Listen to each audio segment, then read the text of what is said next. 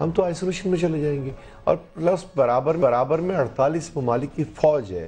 اگر وہ ایسا پاکستان کو آئسولیٹ کر دیتے ہیں یا پاکستان کو ڈکلیئر کرتے ہیں کہ دہشت گرد ملک ہے تو ہم کہاں کھڑے ہوں گے؟ تو اس باتوں کا تدراک کرنے کے لیے الطاف بھائی نے کہا قومی سوچ پیدا کی جائے, قومی کانفرنس کی جائے, کولمیز کانفرنس کی جائے.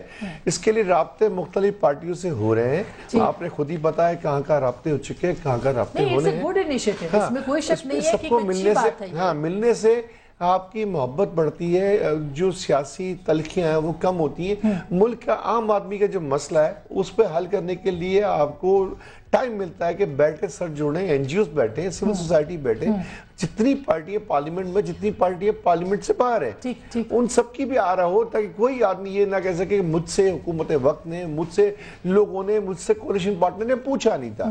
اگر کوئی صلاح آتی ہے, رائے آتی ہے, اور کسی کے رائے کا احترام کرنا چاہیے, اور مشاورت سنت رسول صلی اللہ علیہ وسلم ہے, اور رمضان کا مہینہ ہے, یہ میں درس بھی دیتا ہے. مگر میرا سوال گودیل صاحب, 4.5 سال کے بعد آپ کو اور اتحادی جماعتوں کو یہ خیال کیوں آیا کہ پاکستان کا اندرونی بیرونی خطرات ہیں؟ اس سے پہلے بھی لاحق نہیں, جب آپ لوگ اقتدار میں آئے تب بھی لاحق تھے. آسما, یہ بات تو اگر آپ تاریخی سٹوڈنٹ اگر ہیں اور ماشاءاللہ آپ اچھا پروگرام بھی کرتی ہیں تو آپ کو یہ بات معلوم ہوگی. جب جہاد افغانستان کے نام سے ایک ڈرامہ رچایا گیا تھا اور ملک کی باؤنڈریز کو کھول دیا گیا تھا, پاکستان کو سیاسی یتیم خانہ بنایا گیا تھا, تب بھی الطاف بھائی نے کیا کہا تھا کہ ان جو باہر سے افغانستان سے جو لوگ آ رہے پناہ گزین, ان کو کیمپوں میں رکھ دو. نہیں مانی گئی. 3 سال بعد کیا ہوا, ناسور بن گئے. اس کے بعد الطاف بھائی نے آپ سے 3-4 سال پہلے کہا تھا کہ دہشت گرد بڑے شہروں کا رخ کر رہے ہیں, اور بڑے شہروں میں سے کراچی ان کا مین ٹارگیٹ ہے کیونکہ پاکستان کا بزنس ہب ہے. تو جب یہ بات کی گئی تو آپ سب لوگوں نے, including media and political society and civil society, انہوں نے کہا کہ ایم کیو ایم شاید کسی قوم قبیلے کے خلاف ہے. حالانکہ ایم کیو ایم میں جتنے پختو بولنے والے ہیں شاید اتنے ایم کیو ایم میں بھی نہیں ہے اس وقت. تو اگر بات وقت پہ مان لی جائے تو وہ مانسٹر نہیں بنتا. اچھا, میں گودیل صاحب, آپ نے ظاہر ہے کہ انیشیٹو ہے لیکن اس پہ بہت سے خدشات کا اظہار بھی کیا جا رہا ہے, اور مشاہد اللہ خان صاحب ابھی آپ کے قائد نے یہ اسٹیٹمنٹ دیا ہے کہ اگست میں قومی کانفرنس خود پاکستان مسلم لیگ نواز بلائے گی کراچی کے اندر, جس میں کہ کراچی اور توانائی کا ایجنڈا ہوگا. اس کا مطلب ہے کہ جو ایم کیو ایم بلا رہی ہے کانفرنس, آپ اس میں شریک نہیں ہوں گے؟ جی, بسم اللہ الرحمن الرحیم. دیکھیں, بات یہ ہے کہ یہ 2-3 دن سے بات ہو رہی ہے کہ کوئی بحری بیڑا آ گیا ہے امریکہ کا اور افغانستان پاکستان پہ حملہ کرنے جا رہا ہے, اور اس طرح کی باتیں جو آ رہی ہیں. اب یہ اس میں اصل میں بہت سارے سوالات اٹھ گئے ہیں, اور وہ جب تک سوالات کلیئر نہیں ہوں گے بات آگے نہیں بڑھ سکتی. سوالات یہ ہیں کہ حکومت نے اس طرح کی کوئی بات نہیں کی, اور یہ ساری اطلاعات سب سے زیادہ حکومت کے پاس ہوتی ہیں. جو صدر صاحب ہیں وہ سپریم کمانڈر ہیں تمام فورسز کے. اگر حملہ ہو رہا ہے یا بحری بیڑا آ رہا ہے تو سب سے زیادہ تشویش تو انہیں ہونی چاہیے, وزیر اعظم کو ہونی چاہیے, پھر یہ وزارت خارجہ کا معاملہ ہے, وزارت دفاع معاملہ ہے, آئی ایس آئی کا معاملہ ہے, آئی ایس پی آر کا معاملہ ہے. کسی نے ابھی تک یہ بات نہیں کہی. اچھا, اب 2 باتیں ہیں کہ یا یہ بات درست ہوگی یا درست نہیں ہوگی. اچھا, فرض کر لیں اگر یہ درست بھی ہے تو اس کا ایک طریقہ کار ہے. طریقہ یہ ہے کہ آپ حکومت میں بیٹھے ہوئے, آپ کوئی اپوزیشن میں تو نہیں ہے نا. آپ سب سے پہلے حکومت سے بات کریں اور حکومت پوری قوم کو بتائے کہ یہ خطرات ہیں اور اس کا تدارک کیسے ہونا چاہیے, اس کا ہم کیا طریقہ اختیار کرنا چاہتے ہیں. ماضی میں بہت دفعہ ایسے ہوا ہے, پارلیمنٹ کے اجلاس بھی ہوئے ہیں, وہاں سے متفقہ قراردادیں بھی ہوئی ہیں, اے پی سیز بھی ہوئی ہیں, اس میں باہر کی پارٹیوں نے بھی آ کے متفقہ قراردادیں پاس کی ہیں, اور وہ ساری قراردادیں جو ہیں وہ ردی کی ٹوکری کی نظر ہو گئی ہیں. اچھا, اب چیز یہ ہے کہ ایک طرف کل اوباما صاحب کا بیان یہ آیا کہ جناب ہم 2014 میں نکل جائیں گے.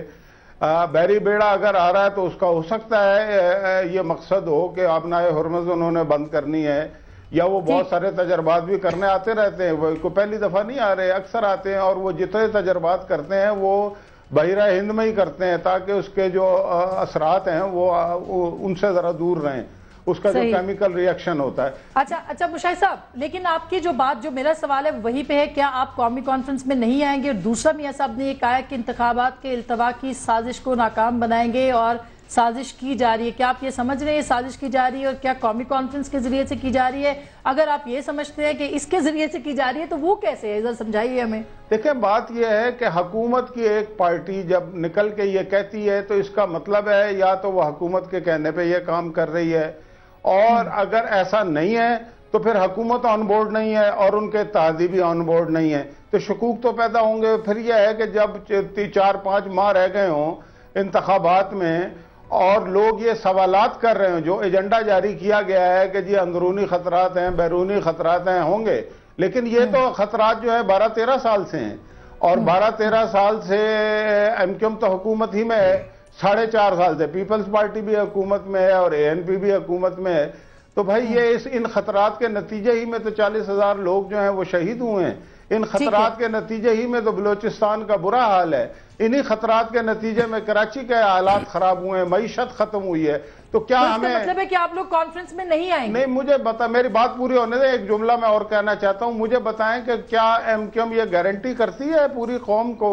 یا تمام سیاسی جماعتوں کو کہ اگر اس گول میں اس کانفرنس میں شریک ہو کے لوگوں نے کوئی متفقہ قرارداد پاس کی اور کلیکٹیو وزڈم دیا تو اس پہ یہ عمل درآمد کرا لیں گے اور پہلے جیسا حشر نہیں ہوگا جو ماضی میں ہوا ہے؟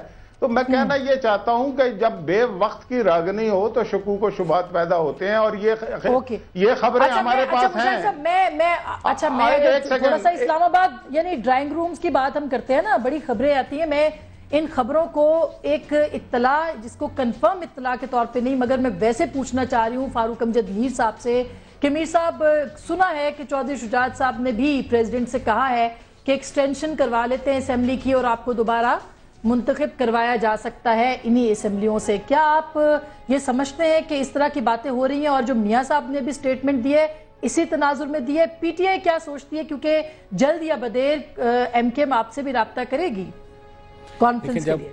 جب وہ رابطہ کریں گے اس وقت دیکھا جائے گا، ابھی جو ہے یہ ہمارے لیے پری میچور ہے اس کانفرنس میں جانے یا نہ جانے کی بات کرنا، لیکن اس کانفرنس کے حوالے سے جو باتیں ہو رہی ہیں اس میں یقیناً کچھ کہنا چاہوں گا۔ اور دوسرا جو ابھی آپ نے کہا، اخباروں میں بھی یہ خبریں چھپ تو رہی ہیں کہ اس طرح کی کوئی سازش ہو رہی ہے کہ جی زرداری صاحب کو جو ہے وہ ایکسٹینڈڈ پیریڈ والی اسمبلی سے دوبارہ جو ہے وہ الیکٹ کروا لیا جائے، تو میں نہیں سمجھتا کہ یہ اس طرح کی کوئی بات جو ہے اس کو کوئی سیریسلی لے گا۔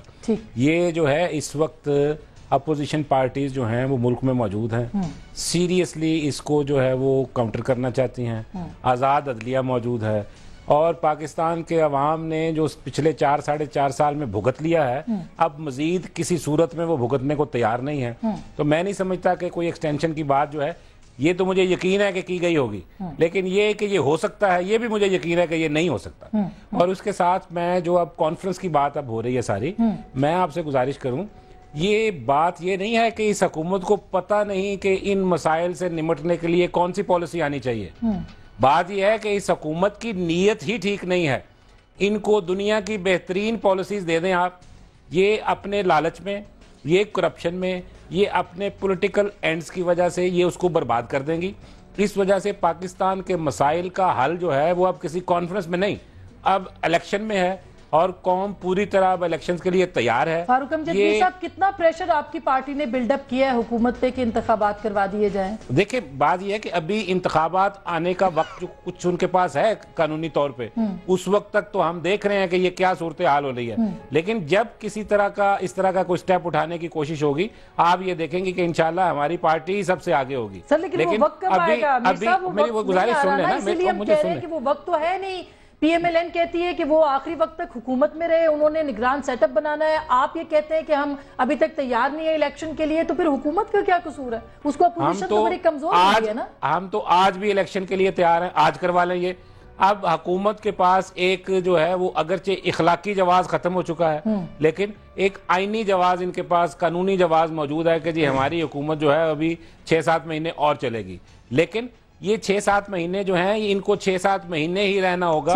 اگر کہیں پہ نظر آئے گا کہ یہ اس سے باہر نکلنے کی کوشش کر رہے ہیں، آپ دیکھیں گے کہ ہم انشاءاللہ یہ ہونے نہیں دیں گے۔ اچھا اب آسما، آپ کی اب ساری باتیں جو ہیں وہ آپ نے اکٹھی کر لی ہوں گی کہ ابھی میاں صاحب کی سٹیٹمنٹ بھی آ گئی کہ اگر کوئی یہ سوچ رہا ہے کہ انتخابات کا التوا ہے تو ہم یہ سازش ناکام بنائیں گے اور یہ سازش ہم کامیاب نہیں ہونے دیں گے۔ آپ کو لگتا ہے کہ اس طرح کی کوئی سوچ ہے کہ انتخابات کو آگے لے جایا جائے؟ آپ کے حلقوں میں بات ہو رہی ہے؟ بسم اللہ الرحمن الرحیم۔ آپ تو تردید ہی کریں گے ویسے۔ آسما، پہلے میں حیران ہوں کہ اپوزیشن کے پاس آج کل میرے خیال میں بالکل کوئی ڈیلیورنس کے لیے کوئی پوائنٹ نہیں ہے۔